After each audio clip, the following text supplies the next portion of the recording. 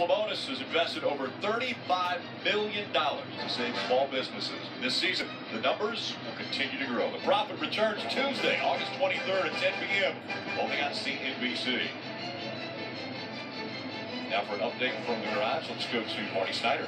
Rick, as we wait out this red flag, it's interesting the strategy that's going on down here. I just checked in with Cole Pern, the crew chief for Martin Truex Jr., and he said he's going to wait as long as he can. He told me, obviously, there's more than half of the cars to go, as Steve just told us a moment ago. He's going to wait for the bulk of that group to go, and he's going to go on the back end of that. So putting a lot of chance there on just one lap today. And then you have the other side of the group. They've gone to the front of this line. They're going to go out right now trying to avoid that massive group and get out as soon as they can. The risk there is that the interlude may not be cleaned up exactly the way they want it to be. So you'll see a lot of teams maybe pull over to the side like Jeff Gordon and his race team in the 88 car. So some dueling strategies going on down here. The 78 team going to wait as long as they can before they send Martin Truex Jr. out. Rick, I agree with Cole Pern that the track will be the fastest at the finish. I just don't feel that forcing the 78 Martin Truex Jr. to do it on one lap and only have one attempt is a good gamble, because we've talked about traffic, we talked about issues around the racer. We just got to caution. What happens if he goes out and in the middle of his lap, the caution comes out, he doesn't get no doing of his own. Right. He can't finish his lap. That could eliminate him. I think the smarter move would be go out with 15 minutes here left, get a lap on the board, even if it's not the best lap, then come in, tape up, cool down, and have a plan for the final run of this first session. So they're still waiting 2 by 2 till the track is clear so that they can go back out on the track. The gentleman who has turned in the fastest time up to this point is A.J. Allmendinger. Here's what he had to say on the radio just moments ago. The S's were the worst for sure. It's just slick, man. I mean, it's just like your typical repave, just kind of sliding around the grip. But the S's were pretty bad. And we saw that. We saw him get loose through the S's. Oh, yeah, we definitely did. And that's, when you're a driver and the pace is off almost 2 seconds, it's hard to know where your lift points are, where to go on the throttle, how much, how aggressive you can attack the racetrack. So watching him as he makes that right-hander, see how free he got right there? Well, that slowed the momentum down all the way up to here, and look how free he is there. Now, he still was the fastest, right, but he made most of his time up on the back half of the straightaway. And when you're a second, 1.7 seconds off from where you were yesterday, for a driver, that feels like 10 seconds. It feels like an awful lot. And that is significant because that directly is in relation to the condition of the racetrack. Dave Burns. Victor 23 of David Reagan is on the bubble right now. So for BK Racing, he's going to take another lap. He knows he's going to get moved out of there anyway, but he was also not particularly happy with that race car in the first run. Much to Allmendinger's point, very skatey out there, but they were also working off brand new tires. So they didn't get a chance to scuff those yesterday. That was sort of a scuffing lap. They tightened the car up a little bit, and they're going to let David go at it again. And David Reagan's starting position will be looked at very closely by Chris Buescher, because Chris Buescher, after winning last week, has to get into the top 30 in the points. So really right now he's racing against David Reagan, who is currently in that 30th spot. And so keep in mind, all these drivers now know what the pace of the racetrack is. They now know it's almost 2 seconds off, and they get to adjust their strategy a little bit. They know they can't attack the way that the guys that first went on the racetrack did attack. Another issue is the teams that ran early. We talk about the time to cool your car. Well, while we sat here under caution, their cars were on pit road cooling. We were under red for 7 minutes. That's 7 extra minutes to cool their engines that they got really penalty-free because the clock wasn't running. You see Carl Edwards got up through the S's. Really good. We're now comparing his speed to Reagan, who's in 12th. And that's really because, Jeff, as we point out, remember, as much as we keep talking, we're not going to set the pole right here in this first round. We're just going to set the top 12, but we're going to go from 40 all the way to 12. That's a big cut with only 2 rounds, unlike at some of the ovals where we have 3 rounds. And David Reagan obviously was out on the track because he knew that 12th place run wasn't going to stay there. And we can see clearly as the 4 cars right now that are on the clock are at least 2 seconds, some a second, and 1.7 seconds, 1.8 seconds now difference. So Reagan will continue to drop when these 4 cars come across the start-finish line. And Edwards fastest, Stewart, Kurt Busch, all posting better times than Allmendinger. So the track is definitely speeding up now. it's a combination of things. Track's getting better, it's more rubber, but also, again, these drivers and the teams know what the track is. So you can make air pressure adjustments, you can make driver adjustments, knowing the pace of the racetrack. So just under 12 and a half minutes remaining in round number 1. Just under the halfway point of this session.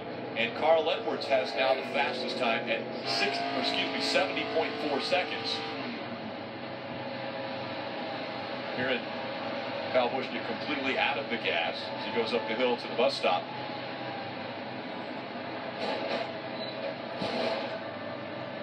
And here's the issue, you know, you're running out of time with these cars that are cooling down. Look at Ryan Newman come into the inner loop here, hits that inside curve, has big free moment, misses that interior curve that he wanted to be on, so he has to find some space anywhere. He goes, what, 2 feet into the dirt? And he confessed that to his team, guys. I totally missed the bus stop, but the lap would have been a lot better, obviously.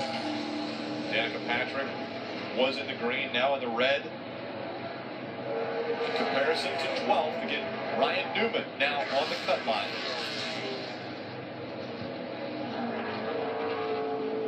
And you hate making a mistake as a driver, but the great thing about this format is you get to try it again. There's enough time to get in, cool the thing down, and go make that run again. So road course racing is much easier to make a mistake. It gives you an opportunity for 2 tries. But Rick, look at all the cars Danica Patrick's having to deal with right there. She's to the inside of the racetrack. We have, what, 4 cars right there in the straightaway, 2 slowing down. David Reagan's off the pace, and you got Greg Biffle in the 16 trying to make a lap. He's caught the 3. Too wide. I mean, look at the mess we have already. Even with 10 minutes left, it's busy. And once again, quite a few drivers haven't even taken their first lap in qualifying. I mean, that right there killed Greg Biffle's lap. He had to come in. There was no reason to complete that lap.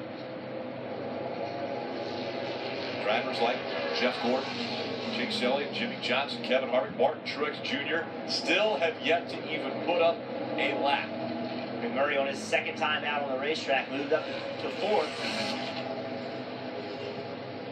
Kurt Busch ran 2 laps when he was out on the track, and the 6th quickest.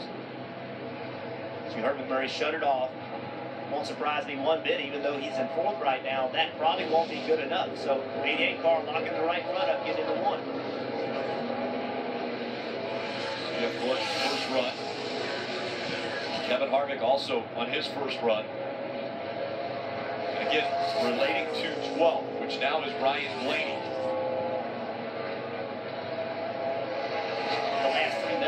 This session is going to be crazy. Everybody's going to be trying to be on the racetrack at the same time. Because if you're not, I agree with what Cole Brown was saying. The track's only going to get faster. So if you're not on the racetrack, I don't see how you're going to end up in the top 12 as the track picks up speed. Trying to stay out of the way. Jeff Gordon continuing on, but coming into 6th. Quite a few cars up in front of him, and that congestion could definitely slow this lap down. Yeah, with only 600s, or right now about a 10th over the current 12th place car. That can't have you feeling good when you look at Kevin Harvick, 2 tenths, Larson 8 tenths over 12. I don't think the 88, while this might move into the top 12, this is not the lap they're going to be looking for. I don't believe this will stay in the top 12 as far as continuing to run. It's going to put him in the 9th position, but then Harvick beats it, moves to the 10th. Larson to the top of the board in a 1:10.27 rank. So Larson drops Gordon down to the cut line with Casey Mears also dropping him down. And Kyle Larson actually took 2 laps to get that speed. And Rick, we talked about this in Top Show. How about Michael McDowell in the 95, currently 6th? I'm not sure that lap is going to be good enough as the track picks up, but a great lap so far. Marty 22 looks like he's on a good run. He's on his first run of the day, and you see top of your screen about 8:30 left in this session. So if you run right now, you probably can get back to pit road and cool the car down. It's going to be tight, but you can do it. So the 78 still sitting here. So they truly are counting on 1 run for the 78. Meanwhile, Joey Logano looking good right now to get inside the top 12 easily. Not only top 12, but might be the first one to break into the 69-second mark. Coming off of 7, he's got the momentum. Let's see if he can get down below 69 seconds or into the 69-second mark. He does. 69.88. 69.88. Now Jimmy Johnson on the clock. Through the bus loop. bus stop, interlude, and combine the two. I call it interlude. I call it interlude. He calls it bus stop. Yeah. You hit the middle. I like it. I think they're both. You see Brian Scott crossing over. I mean, getting out of the way is not as easy as it sounds. Jimmy Johnson's on a good lap, and behind him, just up behind him on the straightaway, is Chezz Elliott, his teammate. Both in the green, but for how long? That's the question. As Cole Witt sits on the cut line, but as these two are going faster, that'll drop Cole Witt and more than likely Kevin Harvick out of that top 12. This is going to be a huge shuffle. Normally we would adjust the run on the left side of the screen, Rick, but I don't know if anybody outside the top 3 are safe. 7 minutes to go, Dave. And Greg Biffle sits on pit road now. After that aborted lap, didn't go too crazy about that. Knew he needed an adjustment on the race car. He had to get the back end tightened up. So stopping was okay for him, make an adjustment. And oh, by the way, cloud cover is covering the Watkins Glen International right now, and that can be a benefit as well. And cloud cover will most likely help the racetrack, you know, just get a little bit of grip. One thing to remember, if you do want to make a second run at this racetrack, it takes a long time to get back to pit road. So not only after you get the car cooled down does it take a long time to get to the start-finish line, it also takes you a long time to get back to pit road to get the car cooled down. So you have to give yourself more time here than every other racetrack. Allmendinger, realizing that he's on that bubble right now, right at the cutoff line, decides to go back out and running quite a bit faster than what he ran on his first run. And you talked about that time, Jeff. That's my concern for that 48-24 that we just saw Matt Kenseth go by on their cool-down laps. I don't believe with 6 minutes left, they're going to get back on the racetrack. Kenseth, a half a second better than what Allmendinger had run prior. Allmendinger on a good lap, though, as he's about to finish his lap as he comes out of 7 and right up against the wall. Matt Kenseth, that was his second time out on the racetrack, moved up to second. Allmendinger second. Marty. You see Martin Truex Jr. has moved down to the end of pit road where he's going to sit. When a couple of these guys finish their lap, he's then going to go. And this is not a decision on Cole Pern's behalf. You see Truex leaving now. Based on the clock up there, it's more the traffic on the racetrack. We've talked about it all session long, guys. That's the key. That's when they sent the 78, trying to get there when this 5 finishes the lap right now. Casey Kane was in the green until he came out of 7, a huge bobble out of 7, and he goes down to the red. Even with 5 minutes left, Rick, I'm not sure that Tony Stewart or Kyle Busch is safe. As we see right here what happened in the 5 of Casey Kane. Such a tough right-hander. A big slide right up close to the barrier. Had no choice but to get out of the throttle. Hurt his lap time. And as I was saying, I'm not sure all the way up to maybe Tony Stewart in 7th, Jamie McMurray in 8th. I'm not sure they're safe in the top 12. And the report from Marty about how you get on the racetrack, that's really important because the spotter, that's his job. The spotter has to tell the driver when to go and when, you know, how hard do you want to go? There's a strategy of leaving pit road hard versus going down the back straightaway and not picking up speed to come to the start-finish line. If that's the strategy, then the spotter has to really work you into the flow of traffic so you don't mess your lap up or someone else's. Denny Hamlin's currently in the 18th spot as he's on a good lap now. Almost a half a second better than what Kurt Busch's turn. Rick, a really nice interlude. He got through there smooth, used all the curving, gained a little bit of time on Kurt Busch. Hamlin into 6. Staying right about that half-second mark. Faster than 12. The goal for these drivers, get into the top 12. Make it into round 2. As the time runs down, under 4 minutes to go, Denny Hamlin up to 5th at a 70.331. Will that stay in the top 12? And he was an 18th. So he went all the way from 18th to 5th. You see Truex has left pit road. He's out here on his lap, currently trending outside of the 12th position. We'll see how this one-lap strategy pays off for the 78 team. Right now, it's really close, Rick, but I don't think that's going to be enough. Even if he gets in by a 10th or so, he's going to have to find some speed down here in 6 and 7. Possibly could he run 2 laps? You know, we've seen a couple teams run 2 laps, but with the strategy they played, I would be surprised if they left enough tape open to be able to run 2 laps. I just don't think. I think it comes down to temperature in the tires. I think the 78, you see his movement there off turn 7, the car not handling like he wants. He's going to end up in the top 12, but we'll see if it's going to be enough. Currently 11th with 2.5 minutes or 2 minutes left, 3 minutes left.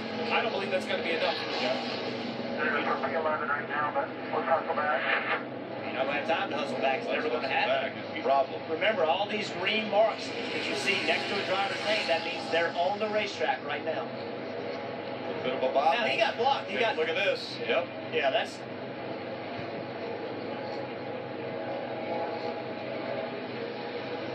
So listen, Stenhouse was in the 78's way coming out, and then it looked like maybe he returned the favor to the 17 when he was coming up through the S's. But you talked about it. That's the risk in waiting this late to go. It's a road course. All these kind of things happen. It's not uncommon to get blocked on a road course. So when you wait and you put all your eggs in that one basket, one little thing happens, and you find yourself potentially out of the top 12. Yeah, so the 17 got the 78's way in his laps. You see right here, the 78, he knows the 17's coming, and he made sure he disrupted the 17's lap about the same amount. And the 17, who was third quickest overall, is now going to have to get out another lap if he can. How about Michael McDowell? Well, the 78's not going to make another lap with a minute 45 left. He's completely done. But Michael McDowell passes the 78 here. Like you said, Rick, a great lap all the way up. He's going to be easily in the top 12 as we see Keselowski jump to second. Keselowski goes to second. McDowell fifth quickest on that qualifying run. What a great lap. And so many times we mentioned, okay, equipment versus driver. That one, driver. High percentage of talent behind the wheel for Michael McDowell putting up that good lap. Such a good road racer. See, Kevin Harvick's got to find a little speed at 6 and 7. Right now, he's only showing at 19. Got some right there. See if he can carry it off to 7. About a little bit under a minute to go in this first round. And Harvick, is he going to get there? Going the wrong direction. And he finds speed at the end. Kevin Harvick, 14th quickest, doesn't get into the top 12. Rick, there's a couple cars leaving pit road. I'm not sure why they're trying. There's no way they're going to get back around and get a green flag. Martin Truex Jr. was one of them. Well, it's too late. They've made their bed. It's not going to work. They're not going to transfer. But Kurt Busch still has a couple corners to find some speed. Saw Keselowski all the way off the racetrack, making sure he did not get in the way of Kurt Busch. Nice move. But Kurt Busch, not enough speed as he comes through 7. 0.3 of a second off of 12. Truex with 7 seconds left, 6, 5. He's not going to come back to start his lap.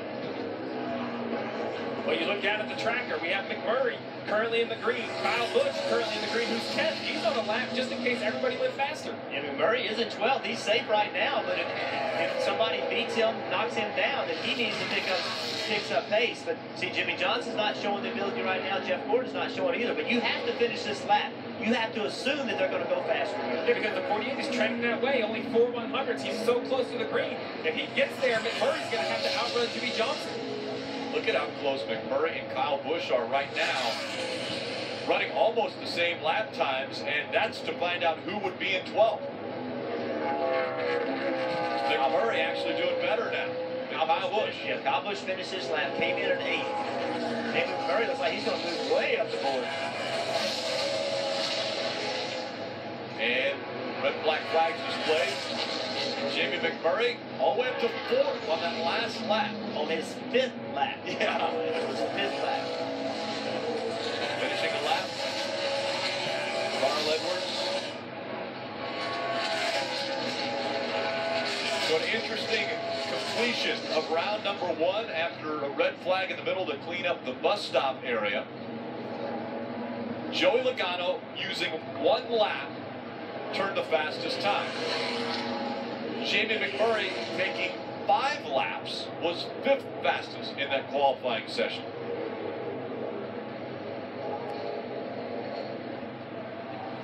Jimmy Johnson was on the clock. His time would have counted, but this happens. We keep talking about the inner loop and how difficult it is, and you see right here, he just gets in so deep, Jeff. There's no way he's going to make it back to the right in the position he wants to be. He's out of shape, exiting the inner loop, and has that high entrance into the carousel. But how about this guy? Oh, yeah. Martin Truex Jr. has got to be disappointed. So much speed in practice, ends up 14th, isn't going to transfer to round 2, Rick. You said a lot of guys would be disappointed. I'm sure one of them will be the driver of the 78.